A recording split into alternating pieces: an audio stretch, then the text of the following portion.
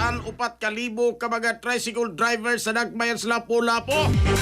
Nagkadawat og tag 5,000 ka pisos mga katropa. Detalye sa report sa Aeronato kini pinagi sa pagpamati ni katropang Crystal Joy Felerca. Live report. Moabot sa 3,855 ka mga tricycle driver sa Lapu-Lapu City ang benepisyaryo sa tag 5,000 pesos nga cash relief assistance gikan sa Department of Social Welfare and Development kagahapong adlaw.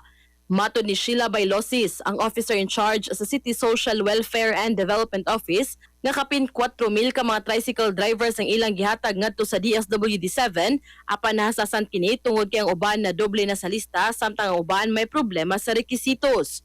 Usa sa nakadawat og 5,000 pesos mao si Jose Jory Cardiente nga taga Barangay Maribago nga dakong kalipay ang nasinati tungod sa maong ayuda. Matod niyang naapektuhan gyud ang iyang panginabuhian tungod sa padayong pagsaka sa presyo sa petrolyo. Kaniadto tag 1,000 ka pesos ang iyang madala sa iyang pamilya matag adlaw. Apan karon nga ni doble na ang presyo sa gasolina ug krudo, tag 500 pesos na lang iyang kita matag adlaw. Ako kayo kinaibang diferensya.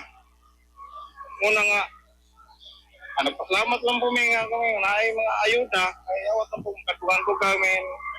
Apan aduna usab mga benepisyaryo nga wa makaklaim sa mong ayuda kaghapong adlaw tungod sa mga kakulian ug di tugutan ng authorization letter. Usa sa namasin nga makuha ang ayuda sa iyang bana mao ang 65 anyos nga si Liza Melicion nga taga Barangay Subabasbas.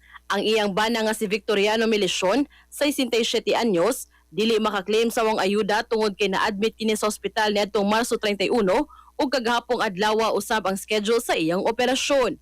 Matod ni Lisa nga gisuwayan lang niya og kuha ang mong ayuda aron ta nga aduna sila'y magamit sa mga gastuhonon sa tambalanan.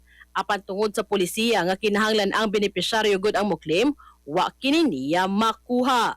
Para sa atong mga katropa nga gustong palig-unon ang immune system, malikayan ang ubo, hilanat tabad sa ulo ug di makahilab sa tiyan, ang Santon Vitamin C, the alkaline vitamin C maoy haom alang kanato mga katropa.